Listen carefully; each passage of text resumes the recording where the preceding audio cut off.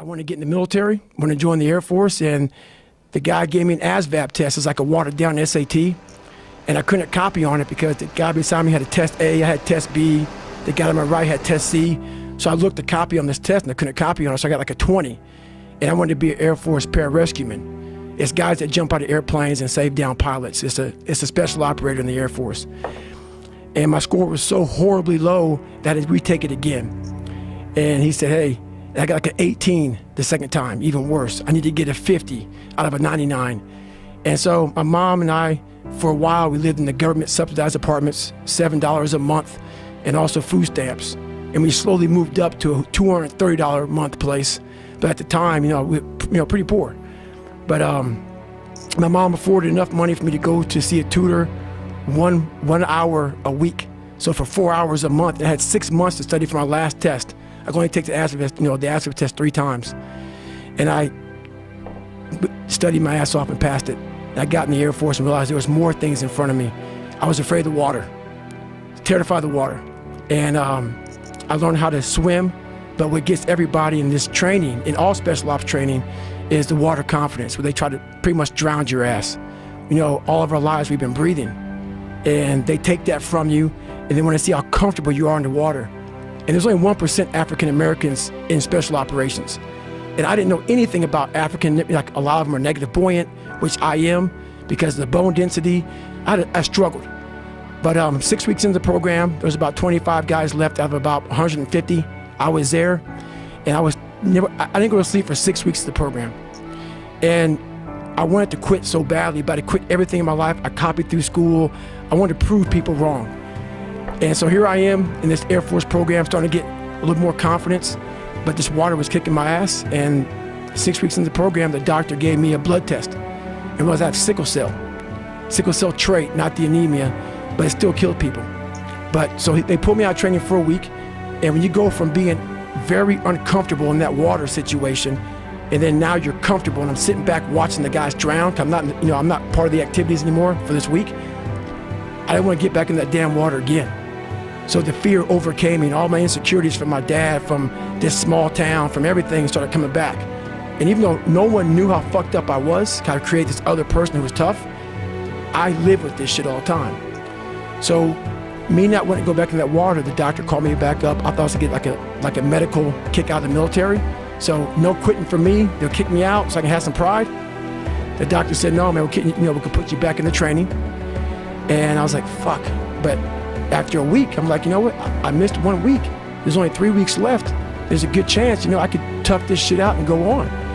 But I went back to the CO and the commanding officer of the program, and the sergeant said, hey, you gotta start from day one, because you missed, that week of training. And I broke. I couldn't imagine going back through that again. So I made up a lie. And I said, man, the sickle cell thing is really scaring me. It was the fucking water, it wasn't sickle cell. And I pretty much quit. Even though they gave me a medical, I quit. So from the age of 19 to the age of 22, I went and did a job called TAC-P, where you control fast movers behind enemy lines. Cool job, but there's no water. I was afraid of the water, so I avoided it. And I gained 125 pounds in that time frame. I went from 175 to almost 300, to 297 was my heaviest. And I started finding things that was comfortable. And the more things I found comfortable, the more uncomfortable my mind was. Because that voice I was telling you about, it always was there. I was just trying to avoid that conscience.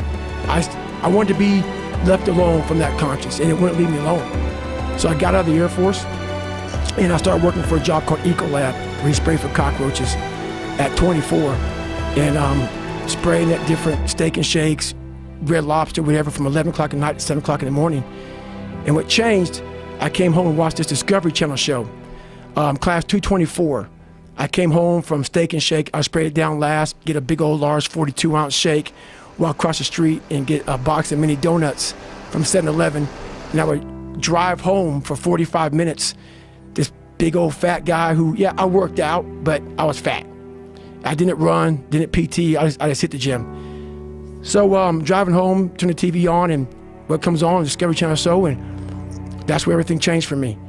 I was taking a shower, I walked out, heard these guys, and I watched the show, and it made me reflect big time on the piece of shit that I am, and I'm exactly what people said I was going to be.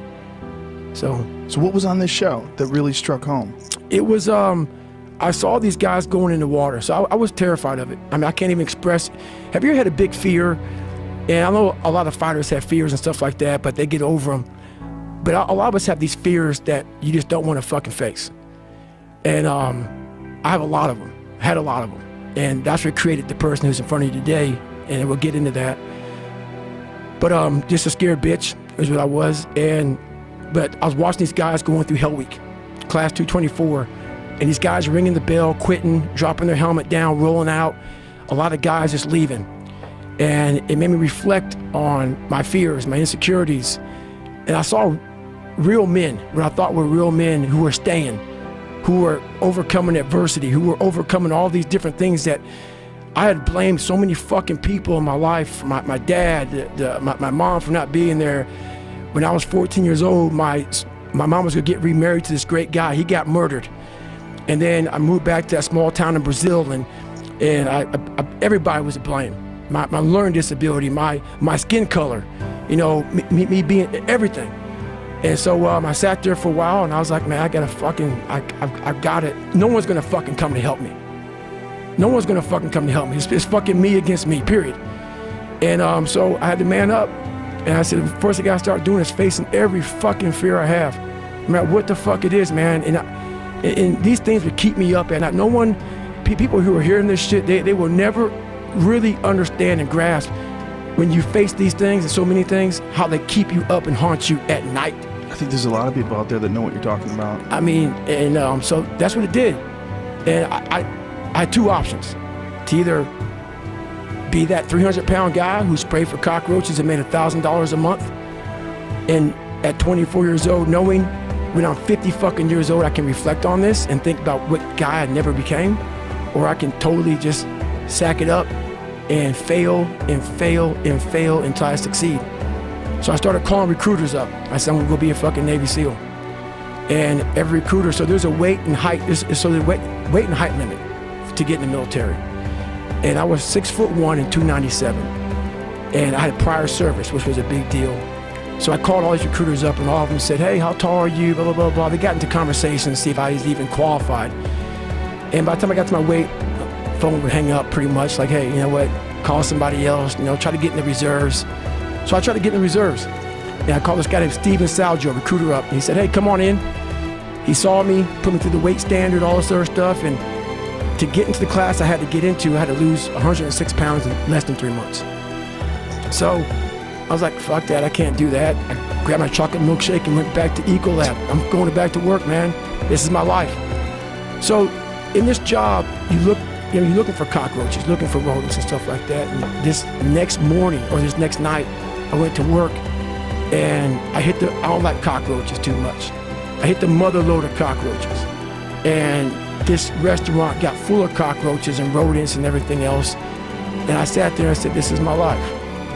I said, this is my life. You are exactly who the fuck, this is it. And I said, this ain't gonna be it for me. So in that restaurant, I quit my job, left my canister in that restaurant, my spray canister, got back in my Ecolab truck, and I went home. And I started working out like somebody, I became the most obsessed person on the planet Earth.